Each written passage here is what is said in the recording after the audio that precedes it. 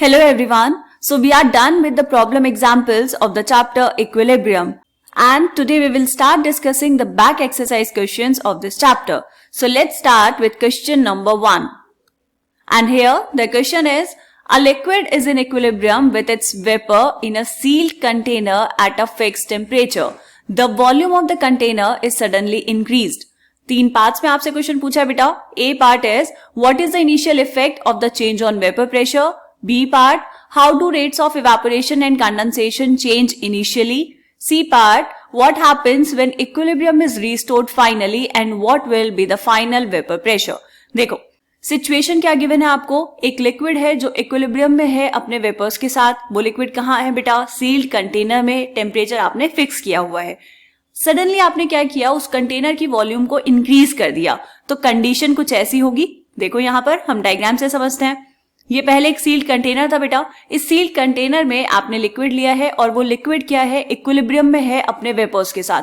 तो यहां पर इसके क्या होंगे, वेपर्स भी प्रेजेंट होंगे. ओके, अब आपने क्या किया, सडनली वॉल्यूम इंक्रीज कर दिया. ये जो सेकंड डायग्राम है इसमें देखो वॉल्यूम इंक्रीज हो गया है. तो आपसे पूछ रहा है कि इस चेंज का इनिशियली क्या फर्क पड़ेगा वेपर प्रेशर पर.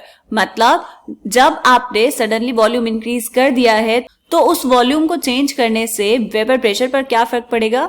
मतलब इनडायरेक्टली आपसे पूछ रहा है कि इक्विलिब्रियम पर क्या फर्क पड़ेगा. ठीक, तो यहाँ पे जब आप वॉल्यूम इंक्रीज करेंगे, आपने क्या किया बेटा, आपने टेम्परेचर किया हुआ है कांस्टेंट. तो एट कांस्टेंट टेम्परेचर जो प्रेशर है वो इनवर्सली प्रोपोर्शनल होता है वॉल्यूम के. अगर आपने वॉल्यूम को बढ़ाया तो प्रेशर क्या करेगा बेटा, प्रेशर डिक्रीज करेगा.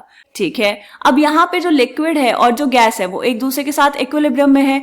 अगर आप प्रेशर डिक्रीज करते हैं तो according to Le Chatelier's principle equilibrium उस डायरेक्शन में शिफ्ट होगा जहां पर प्रेशर ज्यादा होगा.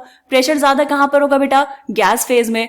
तो इनिशियल इफेक्ट ये होगा बेटा कि ज्यादा से ज्यादा वेपर्स बनने स्टार्ट हो जाएंगे. तो यहाँ पर जो दूसरी कंडीशन है, यहाँ पे ज्यादा वेपर्स बनने लगेंगे. और ज्यादा वेपर्स बनने का मतलब क्या हुआ कि जो वेपर प्रेशर है वो भी क्या हो जाएगा बेटा, इंक्रीज हो जाएगा. तो यहाँ पे आप फर्स्ट पार्ट का आंसर मेंशन कर सकते हैं कि जो वेपर प्रेशर है वो इनिशियली क्या करेगा, इंक्रीज करेगा. At the end of the day होने क्या वाला है बेटा, जब आप इक्विलिब्रियम को डिस्टर्ब कर रहे हैं, जैसे ही आपने वॉल्यूम इंक्रीज किया इक्विलिब्रियम डिस्टर्ब हुआ, लेकिन थोड़ी देर बाद वापस से वो इक्विलिब्रियम स्टैब्लिश हो जाएगा एंड जो रेट ऑफ इवेपोरेशन होगा और जो रेट ऑफ कंडेंसेशन होगा वो इक्वल हो जाएगा. अभी हम बात कर रहे हैं इनिशियल इफेक्ट की, कि जैसे ही आपने वॉल्यूम को इंक्रीज किया सडनली, वो सडन इफेक्ट जो होगा, जो इनिशियल इफेक्ट होगा वो क्या होगा, वेपर प्रेशर पर. ठीक है, तो क्या हुआ answer, vapour pressure will increase. ठीक है, डन. सेकेंड पार्ट में क्या पूछा था बेटा, सेकेंड पार्ट पूछ रहा है how do rates of evaporation and condensation change initially. देखो एट इक्विलिब्रियम क्या होता है बेटा, रेट ऑफ इवेपोरेशन इक्वल होता है रेट ऑफ कंडेंसेशन के. आपने क्या किया, उस इक्विलिब्रियम को ही डिस्टर्ब कर दिया है. और हमने फर्स्ट पार्ट में देखा कि जब आपने इक्विलिब्रियम को डिस्टर्ब किया तो क्या होगा, ज्यादा से ज्यादा वेपर्स फॉर्म होंगे. और ज्यादा से ज्यादा वेपर्स फॉर्म होने का मतलब क्या हुआ बेटा, कि जो रेट ऑफ इवेपोरेशन है वो इंक्रीज करेगा. तो यहाँ पे हम लिखेंगे rate of evaporation will increase. वैसे भी आप इसको ऐसे भी समझ सकते हैं बेटा कि जब आपके पास एक कंटेनर में आपने एक कोई लिक्विड लिया तो क्या होगा, वो ज्यादा इवेपोरेट करेगा.